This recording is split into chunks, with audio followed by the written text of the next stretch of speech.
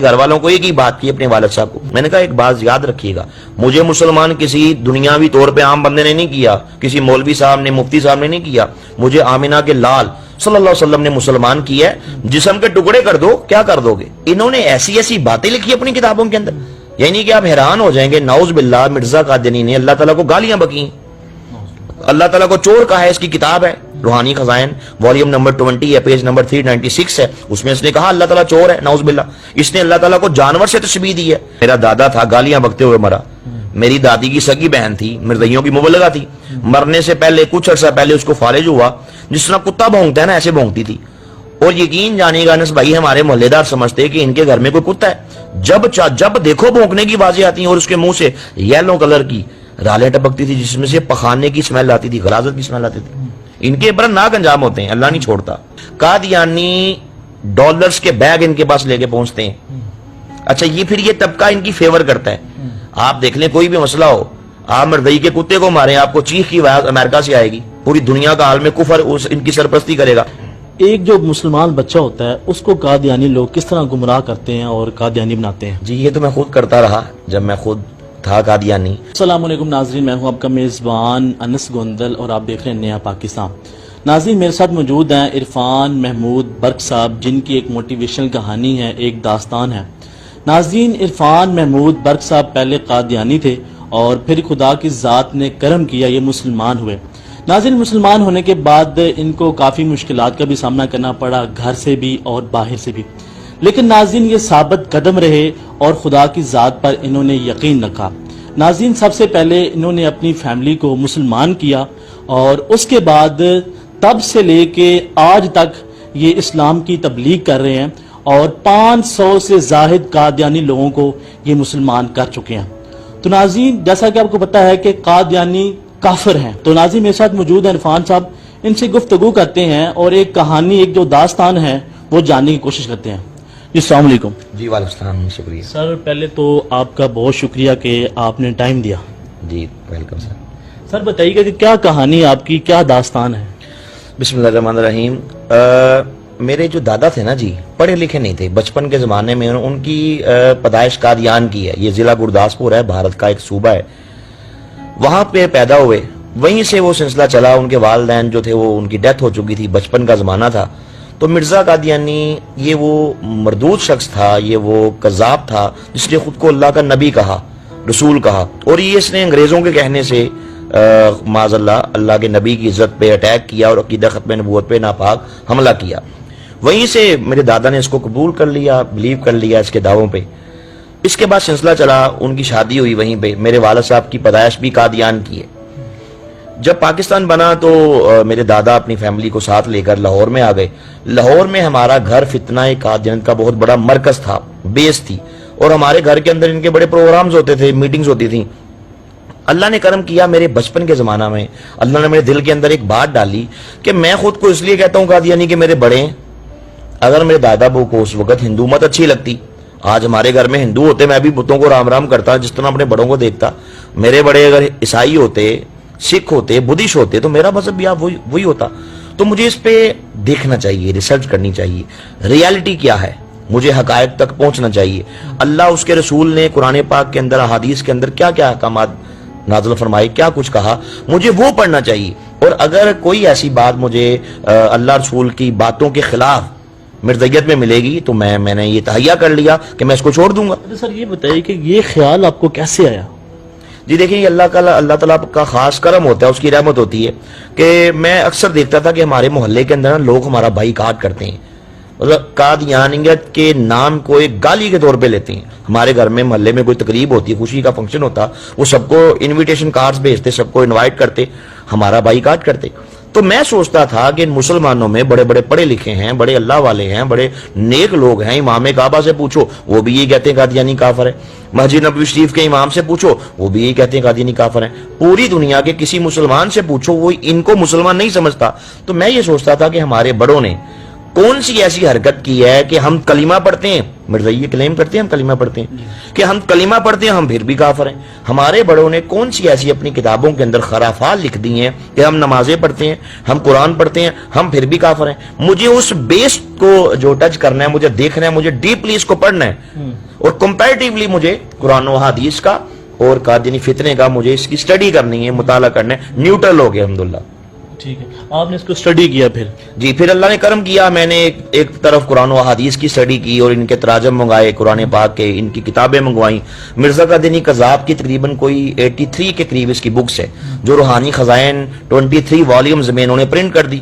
میں نے کچھ ہمارے گھر میں تھیں, باقی میں نے باہر سے چنام نگر سے منگوا لی. تو پھر سب سے پہلے آپ نے گھر والوں سے بات کی ہوگی؟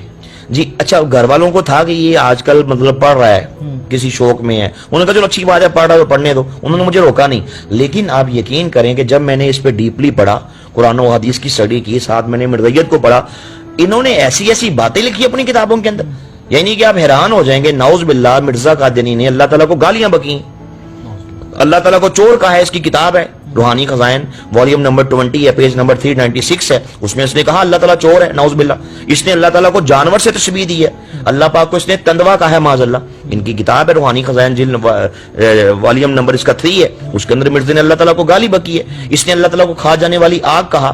روحانی خزائن جلد نمبر اس کی 12 ہے, پیج نمبر اس کا 64 ہے. غرض کے جب میں نے وہ کتابیں پڑھی جس میں اللہ کی شان میں گستاخیاں, انبیاء کو گالیاں, آپ یقین جانیں گے اللہ کے نبی عیسیٰ علیہ السلام کو انتہائی غلیظ اور ننگی اور گندی اور بازاری گالیاں بکی تھیں اللہ کے نبی عیسیٰ علیہ السلام کو. میری آنکھیں کھل گئیں. نبی پاک صلی اللہ علیہ وسلم کی شان میں گستاخیاں, کہیں یہ دعویٰ کیا کہ میں خود محمد ہوں, کہیں دعویٰ کیا میں محمد سے بڑھ گیا, یہ بھی دعویٰ کیا. کہیں کہا کہ معاذ اللہ جو محمد صلی اللہ تھے وہ عیسائیوں کے ہاتھ کا پنیر کھاتے تھے, حالانکہ مشہور تھا کہ اس میں نعوذ باللہ سور کی چربی پڑتی ہے. یعنی کہ ڈائریکٹ عزت رسول پہ اٹیک, اصحاب رسول پہ, اہل بیت اطہار کی عزتوں پہ اٹیک. تو اللہ نے کرم کیا, میں جو یہ نظریات جیسے جیسے ان سے اویئر ہوتا گیا, ویسے ویسے مرزا قادیانی سے میری چاہت کا, ادب کا, تمام جو رشتے تھے وہ ٹوٹتے چلے گئے, اور آخر ایک دن کچے دھاگے کی طرح بالکل ٹوٹ گئے. اور اللہ نے کرم کر دیا, کائنات کی سب سے بڑی دولت الحمدللہ اللہ نے دولت ایمان سے مجھے سرفراز فرما دیا. اچھا, یہ بھی پتہ چلا ہے کہ اس کے بعد آپ کو کافی مشکلات کا سامنا کرنا پڑا, چاہے وہ مالی مشکلات بھی ہوں. جی, میں سمجھتا ہوں کہ جو میری بیس تھی نا, میں نے بچپن کے زمانے میں خواب دیکھا تھا کہ حضور نبی صلی اللہ علیہ وسلم تشریف لائے ہیں, سب کے گھروں میں پھل بانٹ رہے ہیں, تو آپ مرزائیوں کے گھر میں نہیں گئے, آپ نے میری طرف نگاہ کرم فرمائی, تبسم فرما دیے, مسکرا دیے, الحمدللہ. یہ میری بیس تھی. میرے قبول اسلام کے حوالے سے بہت سی وجوہات, میں نے آپ سے 1-2 وجوہات ذکر بھی کی, ان کی بکس پڑھی, ان کے قادیانیوں کے عبرتناک انجام دیکھے. میں نے دادے کو مرتے ہوئے دیکھا, عبرتناک موت. میں نے دادی کی سسٹر کو, سگی بہن کو عبرتناک موت مرتے ہوئے دیکھا. میں نے اپنے چچے کو مرتے ہوئے دیکھا. بڑے بڑے میں نے قادیانیوں کے عبرتناک انجام اپنی آنکھوں سے دیکھے جب میں خود قادی نہیں تھا. لیکن در حقیقت جو میری بیس تھی قبول اسلام کے لیے, وہ میرے کریم آقا صلی اللہ علیہ وسلم کی نگاہ کرم تھی. اچھا, جب ریئیکٹ ہوا, میرے والد صاحب نے مینٹلی ٹارچر کیا, گھر سے کک آؤٹ کیا, مارا پیٹا, سر پہ ڈنڈے مارے. مرزائی کہتے ہیں لو فار آل ہیٹڈ فار نن, یہ سارا ان کا ڈرام ہے, یہ محبت سب کے لیے, نفرت کسی سے نہیں. بھائی جب میں نے اس کو چھوڑا تو پھر مجھ سے بھی محبت کرو نا, نفرت کسی سے نہیں, پھر مجھ سے نفرت کیوں کی؟ یہ سب ان کی 2 نمبر, یہ ان کا ڈرامے بازی ہے ان کا. خیر, بہت انہوں نے مارا پیٹا, گھر سے نکالا, سب کچھ کیا, لالچیں دیں. اللہ نے کرم کیا, میں نے اس کی چونکہ میری بیس تھی, میں نے گھر والوں کو ایک ہی بات کی, اپنے والد صاحب کو. میں نے کہا ایک بات یاد رکھیے گا, مجھے مسلمان کسی دنیاوی طور پہ عام بندے نے نہیں کیا, کسی مولوی صاحب نے, مفتی صاحب نے نہیں کیا, مجھے آمینہ کے لال صلی اللہ علیہ وسلم نے مسلمان کیا ہے. جسم کے ٹکڑے کر دو, کیا کر دو گے, کرو. کیا صحابہ رسول نے نہیں قربانیاں کی؟ کیا شہید کربلا حضرت امام حسین نے نہیں قربانی دی؟ تو ہماری یہ لازوال ایک درخشاں تاریخ ہے ہمارے کابرین کی, انہوں نے دین اسلام کے لیے قربانیاں دی. تو مار دو, مار کیا کرو گے. لیکن الحمدللہ میرا جینا بھی میرے نبی کی ختم نبوت کے لیے ہوگا, اور انشاءاللہ میرا مرنا بھی آپ کی ختم نبوت کے لیے ہوگا. اچھا عرفان صاحب, یہ بتائیے گا کہ آپ قادیانیت کے بہت نزدیک رہے ہیں, ایک جو مسلمان بچہ ہوتا ہے اس کو قادیانی لوگ کس طرح گمراہ کرتے ہیں اور قادیانی بناتے ہیں؟ جی, یہ تو میں خود کرتا رہا. جب میں خود تھا قادیانی تو ہمارے بڑے ہم سے یہ کہتے تھے, اچھا ان کی تنظیمات ہیں, ان کے بچے ہیں, بچوں کی الگ سے تنظیمات ہیں, نوجوانوں کی الگ سے تنظیم ہے, بوڑھوں کی الگ سے ہے. بچوں کو کہتے ہیں خدام الحمدیہ, نوجوانوں کو بچوں کو کہتے ہیں اطفال الحمدیہ,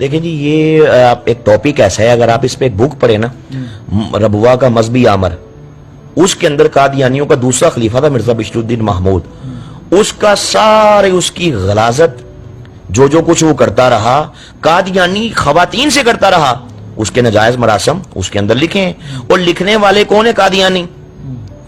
ایک شفیق مرزا صاحب تھے, انہوں نے ایک بک لکھی, اس کا نام ہے شہر صدوم. شفیق مرزا صاحب قادیانی تھے, ربوا میں پیدا ہوئے, قادیانیوں میں بڑا آگے بڑھ چڑھ کے حصہ لیتے تھے ان کی ایکٹیویٹیز میں, مسلمان ہو گئے. سوری, انہوں نے اپنی کتاب کے اندر مرزا بشیر الدین محمود, ان کی جو رائل فیملی ہے, ان کے لوگوں کے نجائز تعلقات لکھے ہیں قادیانی عورتوں سے, اور یہاں تک لکھ دیا کہ مرزا بشیر الدین محمود جی شیطان, جو مرزا قادیانی کا نام نہاد بیٹا, ان کا دوسرا خلیفہ, اپنی سگی بیٹی کے ساتھ اس نے منہ کالا کیا, اپنی سسٹر بہن کے ساتھ, اپنی والدہ کے ساتھ. وہ اتنا انتہائی, میں کیا کہوں, مطلب غلیظ انسان تھا جی. تو یہ کچھ ہے میرے مطلب ربو چنام نگر کے اندر ایک شخص مسلمان ہوا, اس کا نام ہے فہد نعمان صاحب, سابقہ ربوا, وہی کا رہائشی. انہوں نے اس پہ انٹرویو دیا. ہمارے دوست ہیں مبشر صاحب, انہوں نے مفتی مبشر صاحب نے اپنے انٹرویو کے اندر ان سے پوچھا کہ آپ بتائیں کہ چنام نگر کا کیا ماحول ہے. انہوں نے بتایا کہ یہاں پہ ہر دوسرا تیسرے گھر میں جو خواتین ہیں, جو مرزائیوں کی رائل فیملی ہے, ان کے ساتھ ان کے نجائز تعلقات ہیں. انہوں نے کہا میں نے کیس کیے کئی مربیوں پہ, مجھے پتا ہے کہ چنام نگر کے اندر کون سا اڈا, کون سی جگہ ایسی ہے جہاں پہ یہ نجائز کام ہوتے ہیں سارے. دیکھیں ایک عرض کروں, سچا نبی خود بھی غیرت مند ہوتا ہے اور اپنی امت میں بھی غیرت کو منتقل کرتا ہے. جھوٹا مدعی نبوت خود بھی بغیرت ہوگا اور اپنے ماننے والوں پہ بھی وہ بغیرتی کو منتقل کرے گا. قادیانی ہو اور اس میں غیرت ہو, یہ نہیں ہو سکتا. اور یہ بھی کہا جاتا ہے کہ یہ اینڈ پہ پھر کتے کی موت مرتے ہیں. جی یہ تو میں نے آپ کو اپنے گھر کی بات بتا دی شروع میں کہ میرا دادا تھا, گالیاں بکتے ہوئے مرا. میری دادی کی سگی بہن تھی, مرزائیوں کی مبلغہ تھی, مرنے سے پہلے کچھ عرصہ پہلے اس کو فالج ہوا, جس طرح کتا بھونکتا ہے نا ایسے بھونکتی تھی. اور یقین جانے گا انس بھائی, ہمارے محلے دار سمجھتے کہ ان کے گھر میں کوئی کتا ہے. جب دیکھو بھونکنے کی بازیں آتی ہیں, اور اس کے منہ سے یلو کلر کی رالیں ٹپکتی تھی جس میں سے پخانے کی اسمیل آتی تھی, غلاظت کی اسمیل آتی تھی. ان کے برناک انجام ہوتے ہیں, اللہ نہیں چھوڑتا. ماشاءاللہ خدا کی ذات نے آپ کو ہدایت دی اور کرم کیا, اور تب سے لے کے آج تک آپ اسلام کی تبلیغ کر رہے ہیں, اور آپ نے اپنی زندگی جو ہے وہ اس کے لیے وقف کر دی ہے, ختم نبوت کے لیے. جی الحمدللہ جی, مجھے ایک دل میں ایک کسک تھی, ایک تڑپ تھی, فکر تھی کہ میں اپنے گھر سے شروع کروں اس کام کا آغاز. نا اللہ نے بھی, اللہ کے نبی نے بھی یہی سنت طریقہ یہی ہے, گھر سے شروع کرو. میں نے گھر والوں کو الحمدللہ اسلام کی پریچنگ کی, اللہ نے کرم کر دیا. میری سب سے پہلی میری والدہ مسلمان ہوئی, پھر ایک بھائی, پھر دوسرا, پھر تیسرا, اللہ نے کرم کیا. پھر میرے والد صاحب, اس بڑھاپے کی عمر میں آپ نے اسلام قبول کر لیا. اب تک ہماری اپنی برادری کے اندر 50 سے زیادہ لوگ اسلام قبول کر چکے ہیں, اور پورے پاکستان میں بڑے بڑے قادیانی, اللہ نے کرم کیا الحمدللہ, سرکار کی نظر رحمت ہوئی. اب تک 500 سے زیادہ قادیانی میرے ہاتھ پہ اسلام قبول کر چکے ہیں, اور میری موسٹ فیمس بک قادیانی اسلام اور سائنس کے کٹہرے میں پوری دنیا میں پہنچی. انگلش میں ٹرانسلیشن ہوئی, انڈیا میں ہوئی, پاکستان میں ہوئی, عربی میں ہو رہی ہے, سندھی میں ہوئی. الحمدللہ ہزاروں قادیانی جب یہ ابروڈ کنٹریز میں پہنچی, یورپ پہنچی, تو ہزاروں قادیانی اس کتاب کو پڑھ کے اللہ نے کرم کر دیا, ان کو ہدایت مل گئی, مسلمان ہو گئے ماشاءاللہ. چلے سر, بہت شکریہ. جی ناظرین, آپ نے گفتگو سنی عرفان محمود برق صاحب کی. یہ قادیانی کافر ہیں, کافر تھے, کافر رہیں گے. ناظرین, اسی کے ساتھ اپنے میزبان کو دے اجازت. اپنا بہت سا خیال رکھیں, دعا میں یاد رکھیں. اللہ حافظ.